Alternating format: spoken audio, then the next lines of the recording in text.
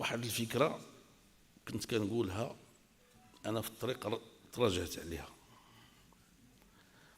عليها لأنه ملي ما تيسرش باش نسمع لهاد الإخوان المحترمين، فتحت على واحد السياسي فرنسي يعني يثير الانتباه، وجون لوك ميلانشون. تنسمع له بعض النوبات تيجيني مجهد أنا، فهمتي ولا؟ ولقيته كيتكلم، قلت هاد القضية اللي كنقول ما بلياش باللي حنايا غادي نكونوا الاولين في الانتخابات المقبله ان شاء الله. يعني كنقولها حتى انا مع الاسف كل شيء اللي تيجيني للبال كنقوله تقريبا. هاد الفكره غنتراجع عليها هاد النهار. حنا داخلين الانتخابات باش نجيو الاولين ان شاء الله.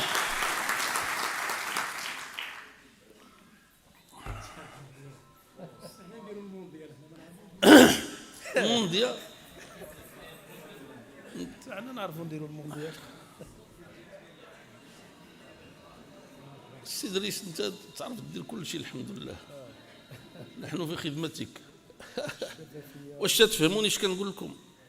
قلت حنا داخلين دابا، راه هذا النهار راه السي دريس شقات لي هذا النهار، لانه هو دائما ما تيعجبوش بحال هاد الافكار ديالي.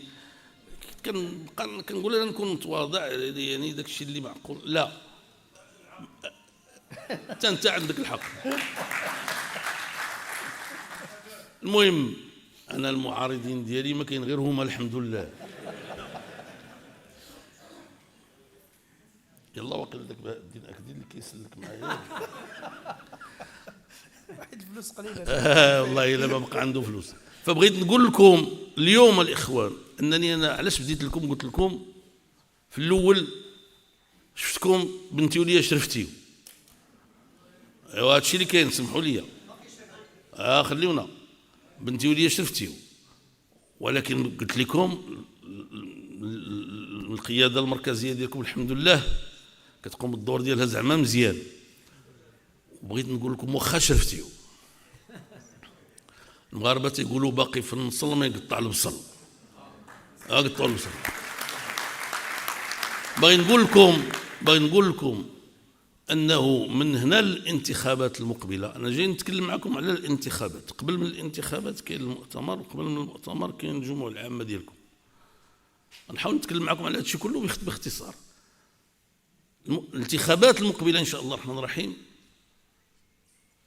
شنو دابا لو كان ما كنتيوش نتوما مقتنعين بهذا الشيء اللي تنقولوا حنا، لا اللي تيقولوا الاخوان، لا اللي تنقول انا، ما تجيوش نهار الحد، وما تبقاوش جالسين دابا هذا الجوج ولا ما نعرف شحال ويكون فيكم الجوع وباغيين تصليو الى اخره، فهمتي؟